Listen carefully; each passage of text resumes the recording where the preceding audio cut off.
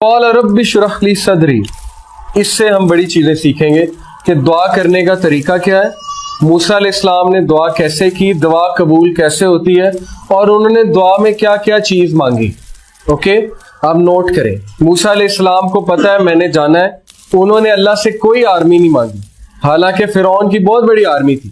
وہ اللہ سے کہہ سکتے تھے اللہ مجھے $2 بلین دے دیں، اور مجھے جو ہے وہ اتنے ہوائی جہاز دے دیں، اور مجھے فرشتے بھیج دیں مدد کے لیے، اور جو ہے وہ مجھے اتنے گھوڑے چاہیے، اور اتنے مجھے ٹینک چاہیے، اتنے ہتھیار چاہیے۔ لیکن اب سنیں انہوں نے کیا مانگا۔ قال رب اشرح لی صدری، سب سے پہلے he said oh my Lord open for me my chest، میرے شرح یعنی کھول دے، کس کو؟ صدر کو، میرے سینے کو کھول دے، یعنی گرانٹ می، اس کی تفسیر ہے grant me self confidence, contentment and boldness, okay, یعنی میک می فیئر لیس، اور جب میں وہاں جاؤں میں کانفیڈنٹ ہو کے بات کروں، اوکے، اور مجھے چیزیں دکھا، مجھے سمجھ آئے، میری آبزرویشن پاور کو بڑھائے۔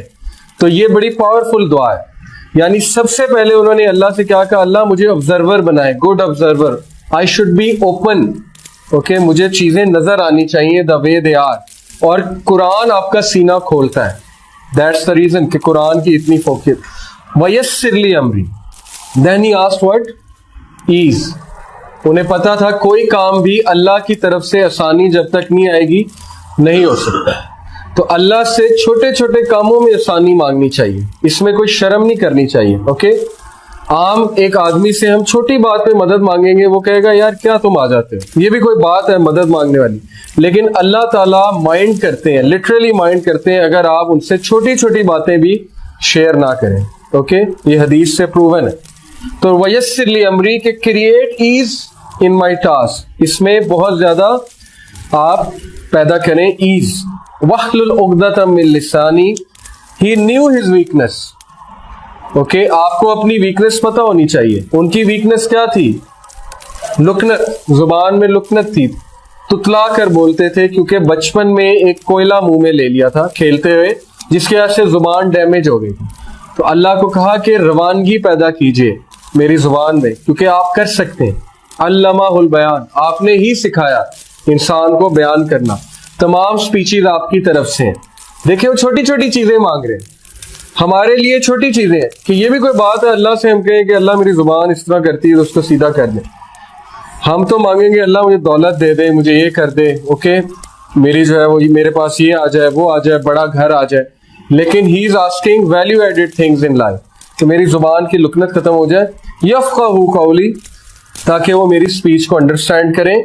کیوں؟ کیونکہ اب موسیٰ علیہ السلام کی نیت کیا تھی اس دعا کے پیچھے؟ پرسنل تھی، زبان کو کیوں وہ صحیح کروا رہے تھے؟ تاکہ وہ اللہ کا پیغام اچھے انداز سے نوا، ان کا جو بیج تھا وہ بڑا اسٹرانگ تھا، اس لیے درخت بہت اسٹرانگ تھا، اوکے۔ اگر وہ اپنی پرسنل اس کے لیے کہتے، اس میں حرج کوئی نہیں ہے، اس کا یہ مطلب نہیں پرسنل کے لیے نہیں کر سکتے، بالکل کر سکتے ہیں۔ اللہ سے آپ پرسنل چیز ہر کچھ مانگ سکتے ہیں، دولت بھی مانگ سکتے ہیں، لیکن اگر نیت اچھی ہے تو کیا ہی بات ہے۔ جیسے وہ ایک حدیث ہے، وہ حدیث تو ویسے ضعیف ہے لیکن اس کا کانٹیکسٹ بڑا اچھا ہے۔ نبی صلی اللہ علیہ وسلم نے ایک صحابی سے پوچھا کہ تم نے اپنے گھر میں روشن دان کیوں بنوایا؟ انہوں نے کہا تاکہ ہوا آئے۔ تو نبی صلی اللہ علیہ وسلم نے کہا کہ کیا یہ اچھی بات ہوتی ہے اگر تم کہتے ہیں کہ اذان کی آواز آئے تو ڈبل ریوارڈ ہوتی، ہوا تو آنی تھی، اوکے، ہوا تو ایک نیچرل پروسیس ہے، لیکن تمہاری نیت یہ تھی کہ اذان کی آواز آئے تو یہ ریوارڈ بھی ہو جاتا، تو حرج کوئی نہیں ہے، لیکن نیت ہو تو بہت ہی اچھی بات ہے۔ وَجَعَلْ لِي وَزِيرًا مِّنْ أَخْلِي، پھر انہوں نے کیا کہا، appoint for me a helper from my family, ایک وزیر اخذ کریں۔ کیا ثابت ہوا؟ چینج کے لیے ریسورسز سے زیادہ کس کی اہمیت ہے؟ Man power, okay. ریسورسز سے اگر چینج آتی تو مشرکین مکہ جو ہے وہ کامیاب ہو جاتے ہیں۔ افراد سے چینج آتی ہے، اوکے، ان افراد سے جن میں پیشن ہے۔ بہت سے میں نے چیزیں دیکھی ہیں اپنی آنکھوں کے سامنے کہ ایک بڑے تگڑے قسم کے لوگ جن کے پاس بڑی ریسورسز ہیں، ایک پروجیکٹ شروع کرتے ہیں وہ فیل ہو جاتا ہے، اور کچھ ایسے لوگ جن کے پاس کچھ بھی نہیں ہے وہ پروجیکٹ شروع کرتے ہیں اور وہ چھا جاتے ہیں۔ کیوں؟ مین پاور، اوکے، ان کے پاس ہیرے ہیں۔ ہیرو سے مراد ہے کہ جو بے لوس کام کرتے ہیں اور جو سیلری کی طرف نہیں جاتے اور جو انسانیت کے لیے واقعی کچھ کرنا چاہتے ہیں، وہ لوگ چینج لے کر آتے ہیں، دوسرے لوگ چینج نہیں لے کر آتے۔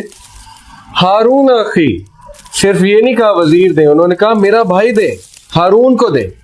ये बिल्कुल इसी तरह है, आप अपने बॉस के पास जाएं और आप उन्हें कहें कि सर मेरा एक असिस्टेंट रखते हैं, मैंने काम करना है, काम तो बड़ा अच्छा दिया आपने लेकिन एक असिस्टेंट रखते हैं। फिर आप उसे ये भी कहें कि ऐसा करें मेरे भाई को रखते हैं। ओके, तो ये आप बहुत स्पेसिफिक हो रहे हैं। वो आपसे पूछ सकता है कि क्या मतलब आपके भाई को क्यों रखें, लेकिन मूसा अलैहिस्सलाम शर्माए नहीं। इसलिए साबित ही हुआ कि आपकी जो दुआ होनी चाहिए उसके कुछ एट्रीब्यूट्स होने चाहिए। नंबर 1, वो दुआ फोकस्ड होनी चाहिए। वो इस तरह की जनरल दुआ नहीं होनी चाहिए जैसे हमारी मसाजिद में होती है, वो सिर्फ शुरू में यही सुनाई देता है अल्हम्दुलिल्लाह रब्बिल आलमीन, और फिर एंड में सुनाई देता है सल्लल्लाहु अलैहि वसल्लम, और उसके बाद सारे आमीन कह देते हैं। तो ये तो कोई फोकस दुआ तो है ही नहीं। मुझे तो पता ही नहीं बीच में उन्होंने क्या कहा है। ओके ना, मैं खुद बीच में कुछ कह रहा हूँ, तो इट शुड बी फोकस्ड, क्योंकि आप रब्बुल आलमीन से बात कर रहे हैं। तो ये बदतमीजी है कि आप जो है वो फोकस नहीं है, आपकी तवज्जो कोई और है और आप जो है वो दुआएं किए जा रहे हैं जो आपने रटी हुई है। ओके, दूसरी बात, you should know what to ask. Okay, आपको पता होना चाहिए मैंने क्या चीज मांगनी है अल्लाह से, क्योंकि अल्लाह हर चीज दे सकते हैं। तीसरी चीज, it should be specific. General दुआ से इज्तनाब करें, अगर है तो इट्स ओके, लेकिन स्पेसिफिक हो जाए तो बहुत अच्छी बात है। मूसा अलैहिस्सलाम कितने स्पेसिफिक थे। उन्होंने कहा अल्लाह मेरी जुबान की लुकनत ठीक कर दे, उन्होंने कहा मेरा चेस्ट एक्सपैंड कर दें, और इतना स्पेसिफिकली मेंशन किया कि मुझे असिस्टेंट दें, और कौन दें? हारून दें। ओके, तो ये स्पेसिफिक है, जितना आप स्पेसिफिक होंगे उतना अच्छा है। आप दुआ करते हैं अल्लाह मेरी शादी करा दे, अच्छी दुआ है, लेकिन बी मोर स्पेसिफिक। ओके, अल्लाह मेरी ऐसे शख्स से शादी करा दे, बी मोर स्पेसिफिक। अल्लाह मेरी ऐसे इंसान से शादी कराए जो ये करता है। ओके, और स्पेसिफिक हो जाए। जितना स्पेसिफिक होते जाएंगे, जितनी डेप्थ आती जाएगी नमाज में, उतनी आपकी दुआएं कबूल होती जाएंगी, जितनी दुआ में डेप्थ आती जाएगी। ओके, तो स्पेसिफिक हो, क्योंकि आप रब्बुल आलमीन से बात कर रहे हैं, किसी आम शख्सियत से तो आप बात कर नहीं रहे। और कभी भी शर्माए ना दुआ करते रहे। ओके, ये मत सोचे मैं क्या मांग रहा हूं, ये कभी आपके माइंड में ना आए कि ये तो हो ही नहीं सकता, ये मैं क्या बात कर रहा हूं, ये तो हुआ ही नहीं कभी। ओके, मायूसी वाली दुआ जो है वो रिजेक्ट कर दी जाती है। हदीस के मुताबिक दुआ वो कबूल होती है जो बहुत अफर्मेशन के साथ है, कंफर्मेशन के साथ है, आपको पता है वो कबूल हुई। और कबूलियत की शक्लें हैं, 3 शक्लें हैं। क्या क्या है? एक, या तो अल्लाह आपको वो दे देते हैं जो आप मांग रहे हैं। दूसरा, कोई तकलीफ आप पे है उसके बदले वो हटा देते हैं। और तीसरा, आपको आखिरत के लिए वो चीज रिजर्व कर लेते हैं और आखिरत में मिल जाती है। तो दुआ कभी रिजेक्ट नहीं होती, उसने कबूल ही होना है। ठीक है, लेकिन हमारा पैरामीटर ये दुआ की कबूलियत का कि वो चीज मिल जाए, तो ये दुआ की कबूलियत नहीं होती है। अल्लाह को बेहतर पता है आपके लिए अच्छी है कि बुरी है। कल को अल्लाह को आप ब्लेम कर देंगे कि मैंने ये मांगा था लेकिन आपको तो पता था ये अच्छी नहीं, तो फिर आपने क्यों दिया। ये इसी तरह एक बच्चा अपने बाप को कहे मुझे ले दे, मुझे ले दे, जब बाप ले दे तो कल को बड़ा हो तो कहे ये आपने लेकर दिया था इसीलिए तो मैं खराब हूं। और इसी तरह होता है, हम लोग अपने पेरेंट्स को हर चीज के लिए ब्लेम करते हैं। हम कहते हैं जी आपकी वजह से है, आपने मुझे यहां कराया होता तो ये होता। जबकि अगर हम जाएं पीछे तो हमें ये देख के शर्मिंदगी होगी कि हमने ही फोर्स किया था उन्हें ये एक्शन लेने पे, वो मजबूर थे। नबी सल्लल्लाहु अलैहि वसल्लम ने कहा कि 3 लोग की तरफ अल्लाह रहमत की निगाह से नहीं देखेगा क़यामत वाले दिन। उनमें पहला है अल-आक। अल-आक जो माँ से तकरार करता है।